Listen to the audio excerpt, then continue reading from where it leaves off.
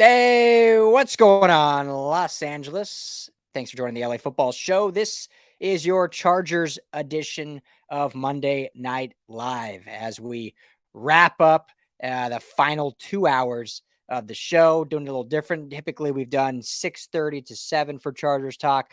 Tonight, late night lounge vibes from Delilah. We're talking Chargers from 8:30 to 9. Joined by the madman, Jamal. Manny. What's up, brother? How we doing? Welcome to segment 4 of LAFB Live. Segment 4. Saving, last but certainly not least, we saved the best for last, the LA football Chargers. There we go. Bolt fam, what is up as you get in here? Diary After Dark. We got this is an old time listener. Yes. Jorge. Or George. If you most likely Jorge, but yeah. Diary After Dark. This was predating Jamal. I used to do this late live show all the time and called it Diary After Dark. So thank you, Jorge. You know what I love about Diary After Dark, Ryan, is that the acronym is DAD. That's I think that's the best descriptor for you. I didn't even make that connection. So thank you. Didn't even make that. Diary After Dark. There it is. I am a dad. Diary After Dark. So I'm OG, boys. Jorge's even more OG than I am. So, Jorge, you get to run the show tonight. Seriously, and fire away with the questions and the interactions. Thank you so much for being such a loyal LAFB over the years. Yes, the plan was to talk Jalen Hurts contract, what that means for Justin Herbert, plus the Jalen Guyton secret re-signing. But hey, Jorge, you just do the rundown for us, and he's already starting Maddie in the morning. Maddie in the morning and Diary After Dark. I mean, we got 24 seconds. I love that. Nonstop. So, all right, I like that. That's a nice coffee mug. Maddie in the morning. Maybe you get your wife that for her birthday or something. So, Ryan, funny story here. I don't know if you ever knew this about me. I may have told you this or not, but in high school, I actually was the host of my own late night talk show. It was called the Midnight Madney Show.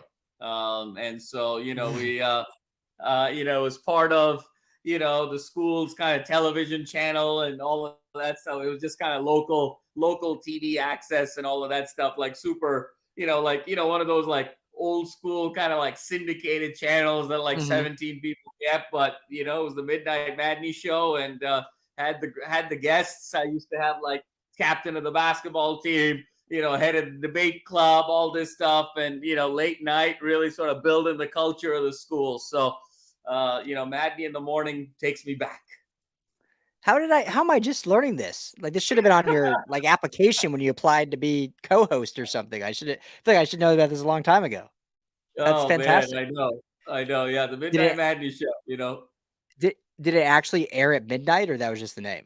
Or did it air during school? No, it was a late night. It was a late night show. So we sort of aired at midnight or 11 p.m. I think back in the day or whatnot. But I'd record in the evenings after school, and then it would go at night. So it was that was a fun time.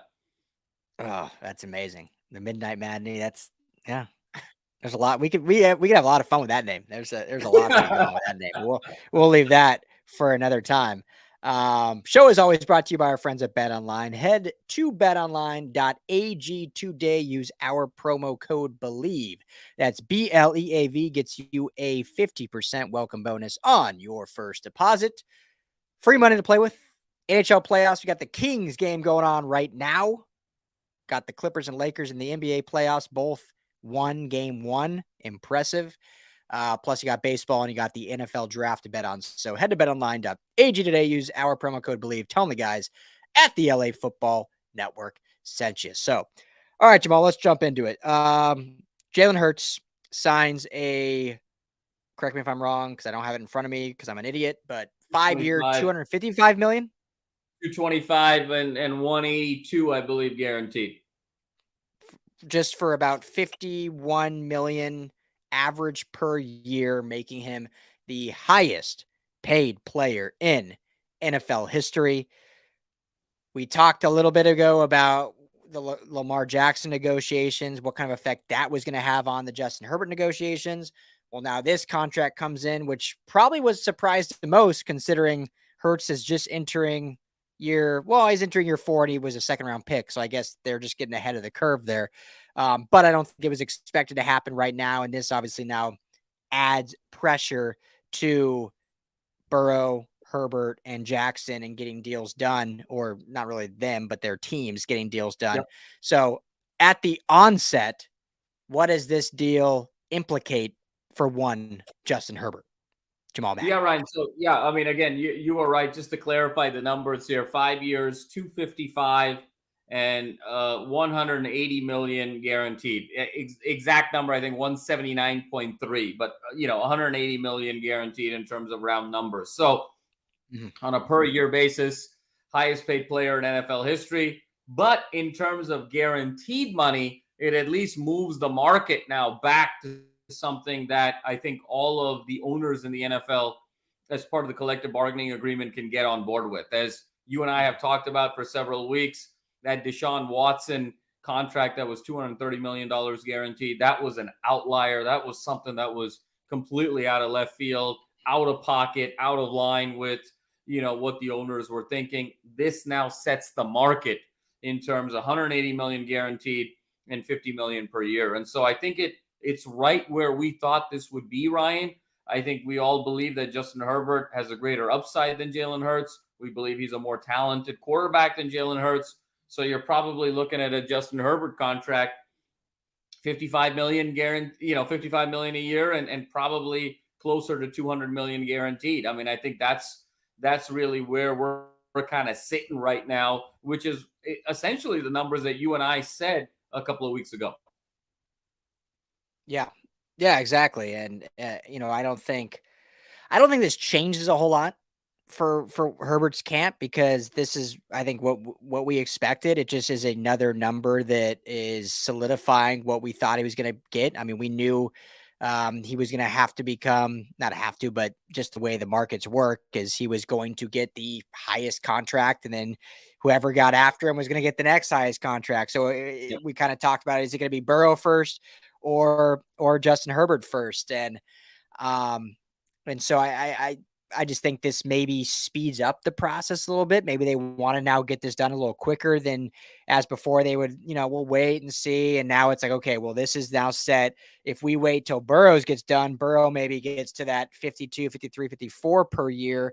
And then we're going to have to match or better that. So they might want to try to get it done as quick as possible. Now, let me ask you this, because we talked a lot of contract talk, whatever it was, a week ago. So I don't want to spend too much time on this, but is there a world, you mentioned the Deshaun Watson contract, is there a world though where the Chargers go, you know what, maybe we don't offer as high total contract and average per year, but we'll just go fully guaranteed. Yeah. We'll just do full, for sure. We'll do a 48 or a 45 to 48 per year, a 3 to 4 year deal, fully guaranteed. Is there a world you think they do that? I do.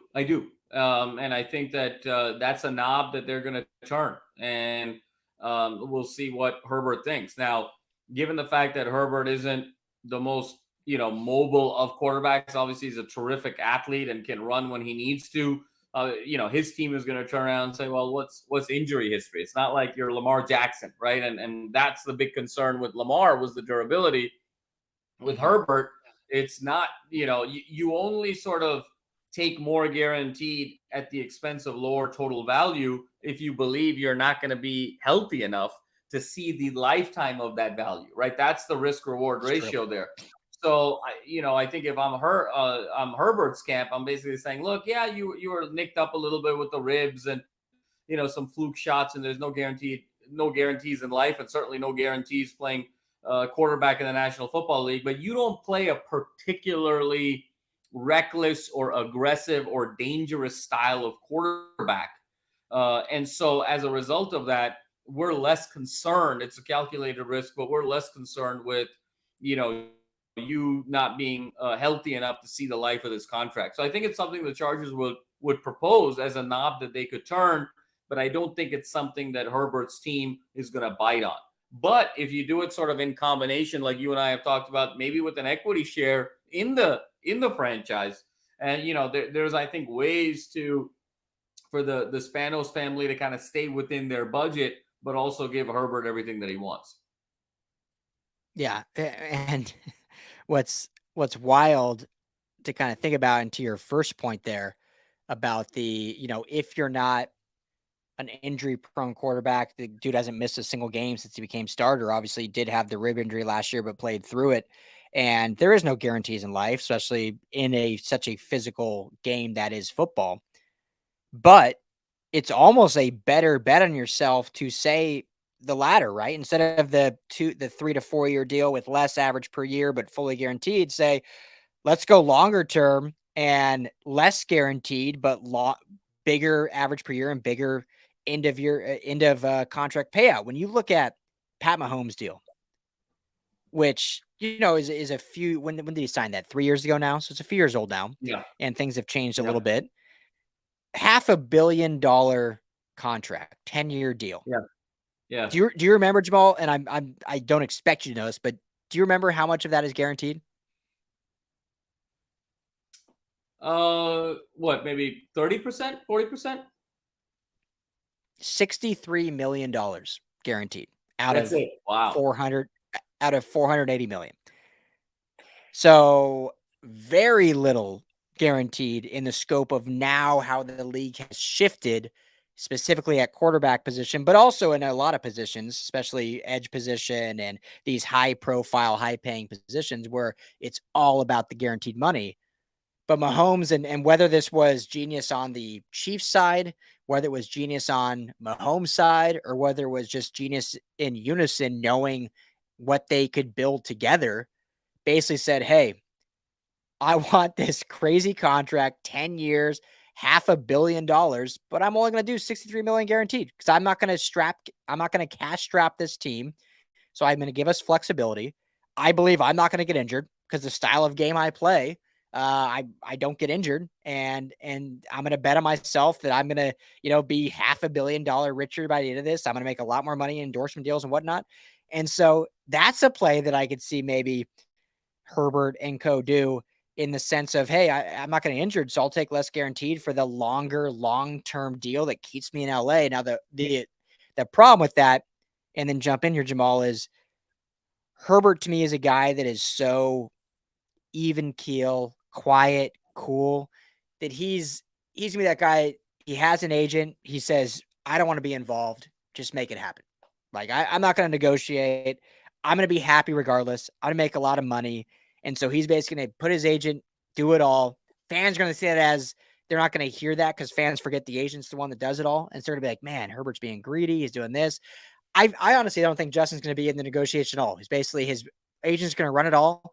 And the agents nowadays, even just 3 year removes from Mahomes, are all about the guaranteed money. So I don't know if that's realistic, but I would think maybe he goes for a Mahomes type contract. Yeah, no, it's such a great point, Ryan, and it actually opens up a very interesting set of conversations.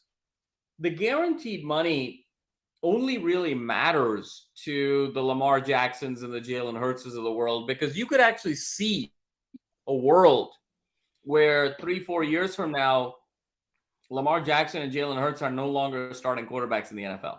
And you could see a world where those guys actually get cut.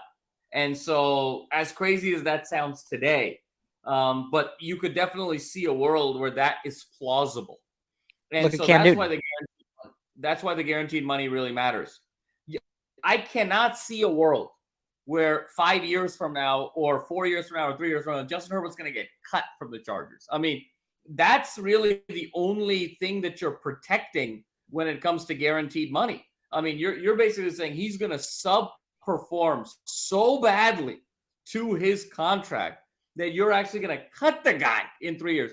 Justin Herbert could do nothing from now until 3 years from now, absolutely nothing, and still get paid $50 million a year just off of the premise of recreating what he did the first 2 years, his first 2-3 years in the league. So to me, that's what's really happening here. They're really going after Deshaun Watson, Jalen Hurts, Lamar Jackson. There's kind of a reckless, aggressive style of the way they play. Look how much Hurts runs. He was better this year with sliding and all of that. But Hurts gets popped a few times, and Hurts is no longer Hurts anymore. And so that's why the guaranteed money matters so much to that style of quarterback. But a Burrow, a Herbert, that the guaranteed money actually shouldn't matter as much, because it's not even about whether you get paid or not. You could suck where the market is. And so as a result of that, I think that Herbert needs to go more to a Mahomes-like deal, to your point of saying, hey, give me something bigger. Give me 400. Give me 380. Give me 430. And then I'll take less guaranteed. Because, look, at the end of the day, there's no way I'm not going to be able to play out this contract given what I've already done. And B, given you are the Los Angeles Chargers trying to make a name for yourself in Los Angeles and create an identity, you need me more than ever. And so you're going to be taking a shot on me even year 6, 7, and 8, even if I've not performed to my potential the last couple of years. And here's another factor of that, Jamal, is these guys have to, you would hope anyway, good businessmen gauge what the fans are saying and doing. You would hope. I mean, this is a fan-led business. This is how they make money, is because of the fans.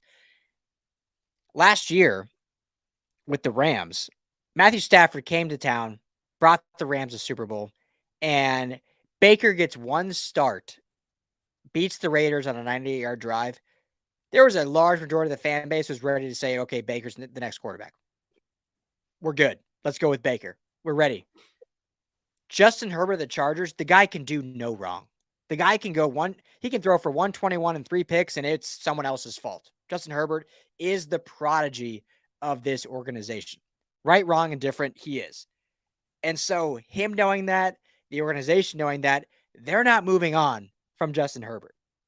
With any stretch of the imagination, the guy could win 5 games, and it's someone else's fault. Get Justin Herbert what he needs to be successful. So knowing that, both sides knowing that, yeah, I think you can do a less guarantee, because you're like, we're not moving on from you. So what do you want? Like, let's make this happen. Do you want equity? Do you want Mahomes got a $450 million deal? Do you want a $500 million deal? But it's just only $80 million guaranteed. But we're not moving on from you. We're not going on. So I think this is actually an easier negotiation than a lot of people are making it seem. In reality. No doubt, right? No doubt. And I think that I don't think it's quite Mahomes Kansas City level, because when you look at the market of Kansas City, I think it was genius on the part of Kansas City ownership to lock this guy in from there before this quarterback market was reset, and have the vision to give him such a big number with a relatively smaller portion guaranteed, knowing where the guaranteed money market was going, knowing that there were Kansas City, that if you let him go to the open market and he gets a taste of LA or New York or Miami or Chicago, it could get very dicey very quickly for a place like Kansas City. Now, I think that it's not quite that, because I don't think Herbert is Mahomes, and LA is not Kansas City. So you've got a greater market, not quite as good a quarterback. But when you put those two things together, and you know that the Chargers are still trying to find a name for themselves in Los Angeles. Look, let's be honest. The Chargers have not established an identity in LA yet. It just hasn't happened yet. It's one of the reasons why the LA Football Network is here to provide such valuable coverage, because of that. And B, I think we have yet to see the complete evolution of Justin Herbert yet. But when you put those two things together, Herbert is the guy that is the linchpin to making the Chargers LA's preeminent football team, whether the Rams are here or not. If Herbert signs for 10 years and wins 3 Super Bowls, believe me, the Chargers are going to become LA's team more than the Rams will be. And so the value of that, the opportunity of that is so great that the Chargers are going to do whatever they can to make Justin Herbert a Charger for life, and have a contract that's very comparable to one Pat Mahomes. Yeah, exactly. So, all right, we'll put a bow on that. Just reiterating, the Jalen Hurts contract, I don't think changes a whole lot. I think that's basically that was the floor anyway for what Herbert was going to get. And so now, if anything, maybe it expedites it a little bit because now there's one less young QB out there needing to be signed. And so you're looking at the likes of, Jackson and Burrow of what's going to push the market next. So, but Jamal, offseason programs began today.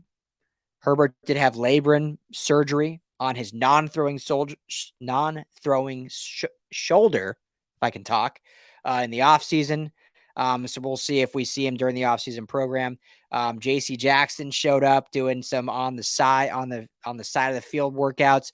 But the big news that we can kind of wrap the show up with, one Jalen Guyton quietly re-signed with the Chargers this morning to join them during offseason practice today.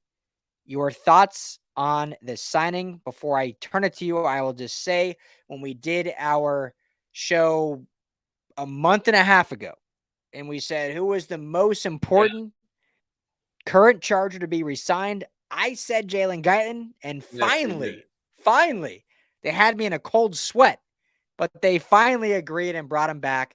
But your thoughts on Guyton returning to the Bolts?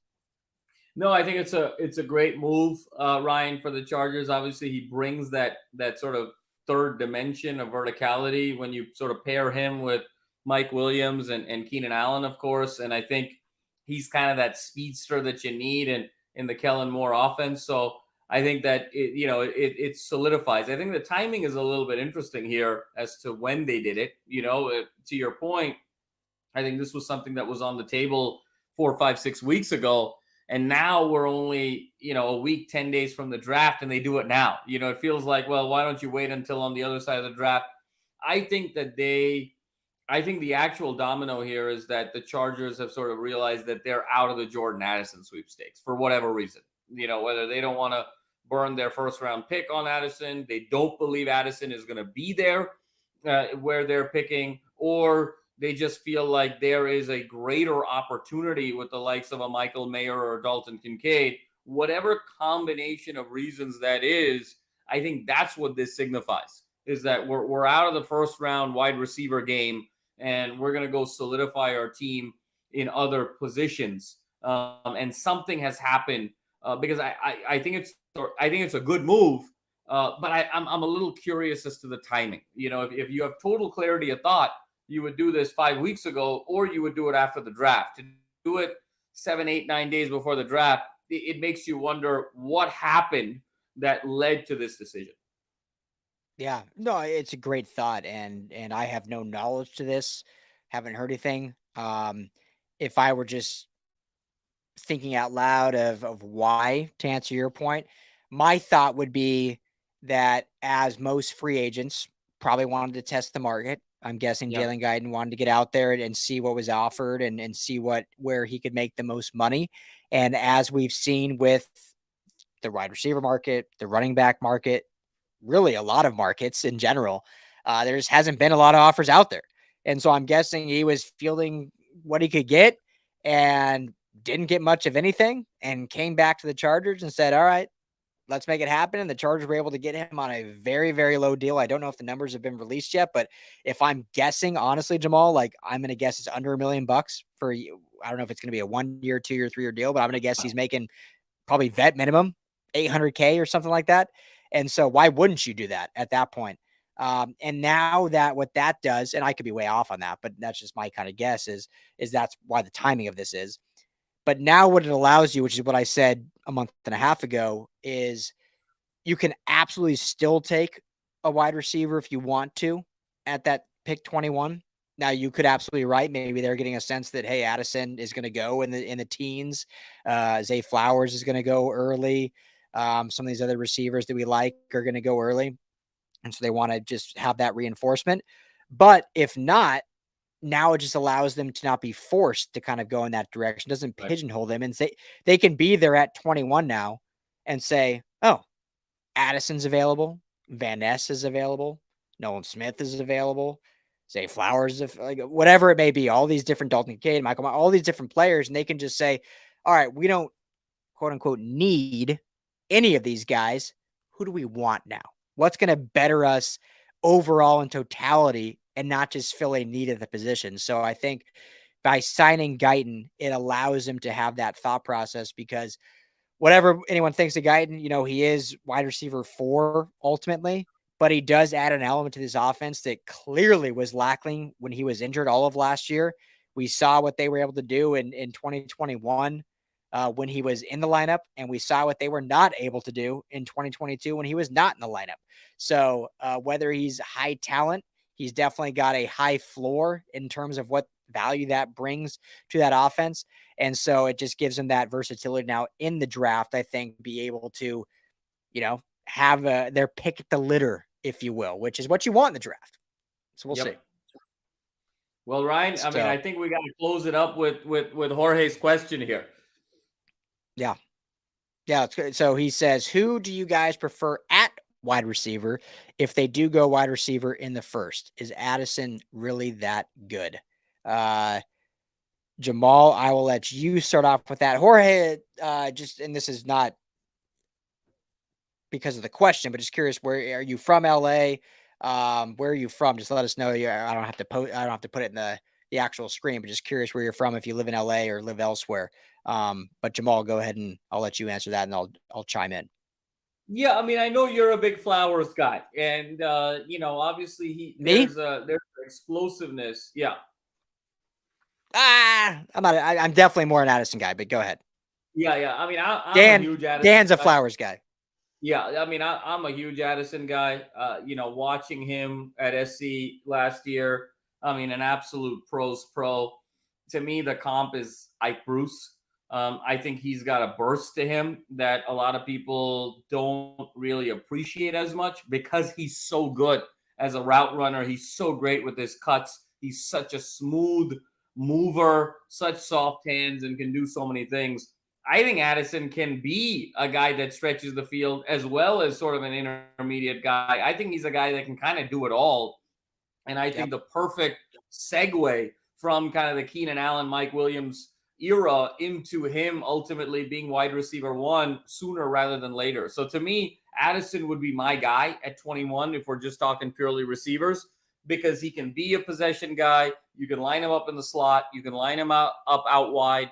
He can stretch the field. He can run any sort of a route. I mean, you can have kind of a third derivative calculus in terms of his route tree.